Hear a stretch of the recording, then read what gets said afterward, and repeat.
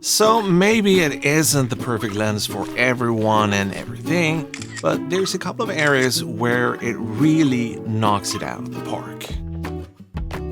Hi there, in this video we are checking out the TTArtisan 40mm macro f2.8, especially for things like studio work, products and detail shots, but also for more specialized things like DSLR scanning of film negatives, an area where this lens actually does really well. Now, to make a long story short, I don't shoot bugs and flowers and that kind of stuff, even if I did try to snap a few of those for this video and failed successfully. As some people have pointed out, this lens have a tendency to kind of flare and veil quite hard and in some situations. Sometimes even in less extreme conditions, you can still see some of that flaring from time to time. The build quality actually feels really great. Everything is made out of metal, including the aperture and the focus ring, which, by the way, are really nice and smooth, and I think they're super well dampened. I would probably give the focus ring kind of an 8.5 out of 10. A slightly better texture would definitely have bumped it up to a solid 9. There's a 52mm filter thread here at the front of the lens that uses the same threads as the dreaded, to some people, screw-on lens cap. I know a lot of people don't like the screw-on lens cap. Personally, I use this lens here in my studio for product shots, detail shots, and that kind of stuff, which is a very low-paced environment compared to doing, I don't know, street photography or sports, which, yeah, I wouldn't recommend this for sports, especially if you're one of those people that kind of insists on putting the lens cap back on the lens between each shot. Another complaint, I feel like the focus ring kind of blew its load on the macro distance. That means there's not a whole lot of leeway, not a lot of room on the focus ring when you need to adjust your focus at normal distances, which in my opinion makes this lens less enjoyable to use as a regular prime lens. But you can certainly use it as a prime lens, and if you're used to doing manual focus, then you'll probably be pretty alright with this lens. But just to make it clear, I wouldn't recommend this lens as a regular prime that can do macro. I would think of it the other way around, if you know what I mean. Now, there's 11 aperture blades that handles the bokeh pretty well in my opinion. But as you can see in this shot, there's also quite a bit of focus breathing, which is obviously pretty common with most macro lenses, but it's something to be kind of aware of if you're getting into macro photography, because the amount of focus breathing can make it very, very difficult to make any serious focus stacking if you're not using focus rails.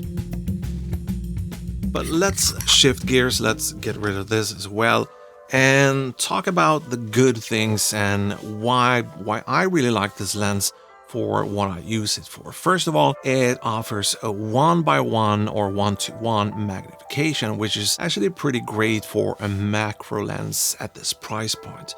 On top of that, it's really sharp from corner to corner, even wide open at f2.8. It's still decently sharp and remains sharp all the way out to the edges. If we stop it down to 5.6 or even more for that matter, it becomes really sharp, and as you can see, it also maintains that sharpness across the entire image. If we go back and look at color fringing, there's not a whole lot to complain about or to report in this category either. So this performance, along with pretty much next to no visible distortion or vignetting, is actually why I really wanted to try this lens for DSLR scanning, which is basically taking a macro picture of a film negative, where obviously optical flaws can become quite problematic, especially if you're dealing with a lot of vignetting or distortion and that kind of stuff. So if you have an aps-c camera with any of the compatible mounts and a whole bunch of negatives lying around at home, getting this lens for $114 is a pretty affordable way for you to get those negatives digitized and scanned and that kind of stuff. I am thinking about doing like a dedicated video on DSLR scanning and using this lens, and show you a couple of other ones that I've used in the past and why I think this one is really, really good. So make sure to like that subscribe button if you want to see that video. Now, speaking of liking things, here's the movie trailer guy and his sidekick Klaus telling us about today's sponsor. Sorry folks, but I'm not the movie trailer guy. I'm Jeff. Und ich bin Klaus. Motion Array is a creative toolbox with everything from music and sound effects to stock footage and motion graphics. Oh dear Lord. Can you keep it down, Klaus? Meinst du, das Issi-Schnitzel kommt flau aus dem Laden? I can also recommend checking out their VFX plugins for Premiere, Final Cut, and DaVinci Resolve. To get with the times, they've just added text-to-speech voiceovers in no less than 6 different languages. Isn't that right, Klausy boy? Ja, sogar Französisch und Portugiesisch. You can browse the voice library and use filters to narrow down your results. After you've selected a voice, you can add your text and hit generate. You can tweak the voiceover in this section by altering the speed and emotion, which is great since Klaus sometimes can sound a little angry, even if he says he's happy. That's bullshit. Or you can swap out the voice if you want to try something different.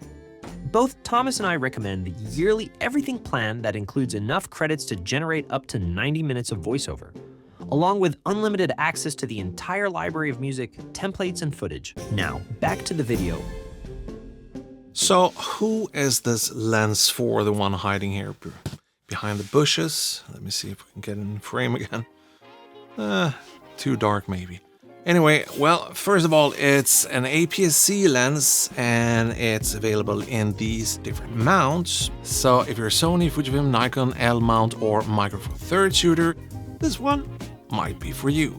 I've also seen that some people claims that it will cover full frame sensor, at least at macro ranges. This here is the Fujifilm X-T4 and the X-mount version, and you may know that Fujifilm doesn't make any full frame cameras, so I can't really verify that. But if you there in the audience have tried this on a full frame camera, let us know in the comment section.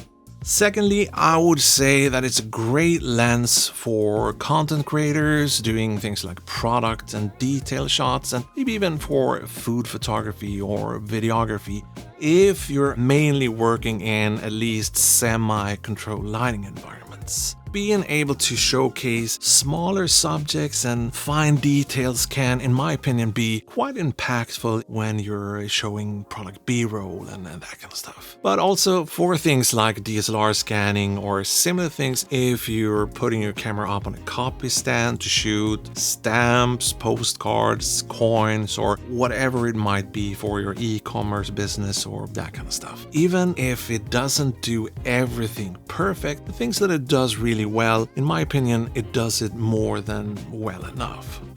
But that's gonna be it. So thank you so much for stopping by here in my little studio. I'm gonna head out, but if you stick around, make sure to hit the like button.